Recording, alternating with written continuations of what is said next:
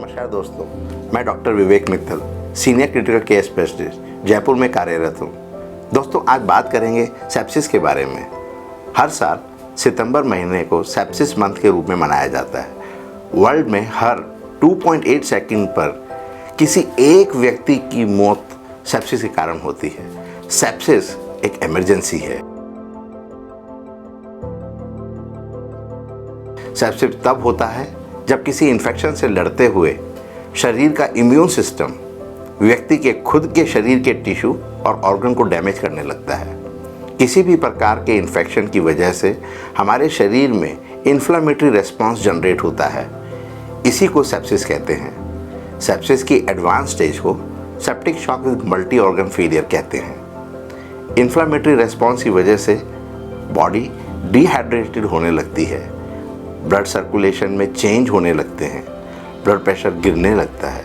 इस compromise circulatory system के कारण बॉडी के ऑर्गन तब एडिक्वेट ऑक्सीजन नहीं पहुंचा पाती और लंग्स, हार्ट, किडनी, ये सभी वाइटल ऑर्गन्स का डिसफंक्शन होने लगता है, जिसकी वजह से बॉडी में शॉक, मल्टी ऑर्गन फेलियर जैसी कंडीशन हो जाती है और अल्टीमेटली इस वजह से मरीज की डेथ भी हो सकती है। अधिकांश इन्फेक्शन सेप्सिस कर सकते हैं, जैसे कि pneumonia, urinary tract infection, abdomen infection, skin और wound infection, brain infection like meningitis. इसके अलावा सीजनल फ्लू, कोविड-19, मलेरिया, डेंगू, इबोला इन्फेक्शन भी सेप्सिस कर सकते हैं। किसी भी व्यक्ति को सेप्सिस हो सकता है, परंतु कुछ लोगों में इसकी संभावना ज़्यादा होती है। जिन लोगों की इम्यूनिटी कमज़ोर होती है, जैसे कि बुज़ुर्ग जिनकी उम्र 60 साल से अधिक हो, बच्चे जिनकी उम्र 1 साल से कम हो, जिन लोगों में लीवर डिजीज़ हो, लंग या हार्ट की कोई लंबी बीमारी हो, इसके अलावा जिन लोगों को डायबिटीज़ और स्पेशली जिनकी डायबिटीज़ कंट्रोल में नहीं है, उन्हें किसी भी इन्फेक्शन के कारण सेप्सिस में कन्वर्ट होने के चांसेस कहीं ज़्यादा होते हैं। दोस्तों, सवाल यह है कि आपको पता कैसे चले कि किसी व्यक्ति को सेप्सिस है। सेप्सिस का अंदाज़ा कुछ लक्षणों से लगाया जा सकता है। इसके इनिशियल सिम्टम आते हैं, वे अक्सर सोर्स ऑफ इन्फेक्शन से ही रिलेटेड होते हैं, जैसे कि निमोनिया में तो कॉफ होगा, अपेंडिसाइटिस में तो एब्डोमिनल पेन होगा।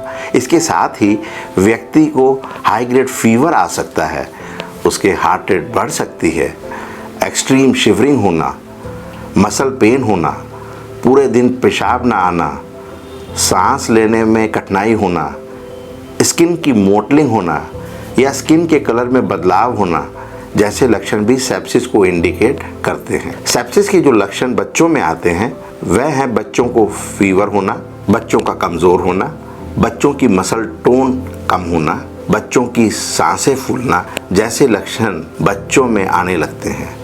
ध्यान देने वाली बात यह है कि बच्चों में सेप्सिस के लक्षण बहुत जल्दी वर्सन होते हैं, इसीलिए इस प्रकार के लक्षण आने पर तुरंत स्पेशलिस्ट डॉक्टर से कंसल्ट करना चाहिए। सेप्सिस को डायग्नोस करने के लिए डॉक्टर आपके कुछ टेस्ट करा सकते हैं। यह टेस्ट कौन से होंगे वह इस बात पर निर्भर करता है कि डॉक्टर को सेप्सिस का सोर्स कौन सा ऑर्गन लग रहा है। अक्सर मरीज के ब्लड टेस्ट में वाइट ब्लड सेल्स का नंबर हाई आता है। हालांकि अगर कोई मरीज इम्यूनो कॉम्प्रोमाइज्ड हो तो यह नंबर कम भी हो सकता है। Friends, sepsis is the most preventable cause of death world wide. Sepsis में 47 से 50 मिलियन लोगों को पूरे विश्व में हर साल अफेक्ट करती है और करीबन 11 मिलियन लोगों की डेथ हर साल सेप्सिस की वजह से हो जाती है। और जो लोग बच जाते हैं उनमें से भी काफ़ी लोगों को लॉन्ग टर्म कंसिक्वेंसेस भुगतने पड़ते हैं, जैसे कि हाथों पैरों की उंगलियों का कटना, याददाश्त कमज़ोर होना, कंसंट्रेशन का कम होना या पोस्ट ट्रॉमेटिक स्ट्रेस डिसऑर्डर होना। अच्छी बात यह है, सेप्सिस को कुछ स्टेप्स लेकर प्रिवेंट किया जा सकता है, जैसे कि वैक्सीनेशन से, सैनिटाइजेशन मेजर्स को फॉलो करने से, जैसे कि clean water, clean delivery, access to clean healthcare facility, prevention of hospital acquired infection, इसके साथ ही हेल्दी लाइफस्टाइल मेंटेन करें, प्रॉपर एक्सरसाइज करें, एक्सरसाइज के साथ प्रॉपर रेस्ट भी ज़रूरी है, रेगुलर हैंड वॉश करें। अगर आपकी इलनेस इम्प्रूव नहीं हो रही है तो मेडिकल हेल्प लें। आपको अगर कोई इन्फेक्शन हो गया है तो डॉक्टर द्वारा प्रिस्क्राइब एंटीबायोटिक लें। एंटीबायोटिक का कोर्स पूरा करें, उसे बीच में कभी ना छोड़ें और बेवजह अपने हिसाब से कोई भी एंटीबायोटिक ना लें और डॉक्टर द्वारा प्रिस्क्राइब किसी और पेशेंट की एंटीबायोटिक खुद ना लें। इन सबसे ज़्यादा महत्वपूर्ण है सेप्सिस के प्रति अवेयरनेस। आप जितनी देर इस वीडियो को देख रहे हैं उतने में ही करीबन 34 लोग अपनी जान सेप्सिस से खो चुके होंगे। सेप्सिस एक इमरजेंसी है। जितने ज़्यादा लोग सेप्सिस के बारे में अवेयर होंगे उतने ज़्यादा लोगों की ज़िंदगी को बचाया जा सकेगा।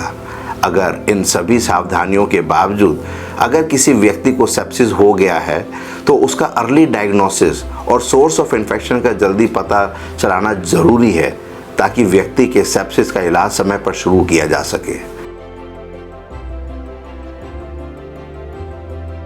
सेप्सिस के ट्रीटमेंट में पहले कुछ घंटे सबसे ज़्यादा इम्पॉर्टेंट होते हैं।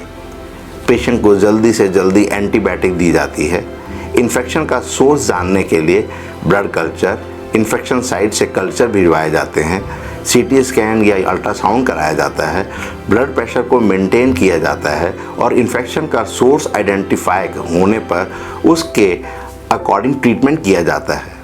और कभी कभी शरीर से इन्फेक्शन का सोर्स निकालने के लिए सर्जरी की भी आवश्यकता पड़ती है। अक्सर पेशेंट सेप्सिस से रिकवरी के बाद एग्जॉस्ट फील करते हैं। ये बहुत ही कॉमन है। आपको समझना होगा आपकी बॉडी ने सीवियर इन्फेक्शन से बैटल की है, उसे समय लगेगा अपनी नॉर्मल स्ट्रेंथ और एनर्जी को रीगेन करने में।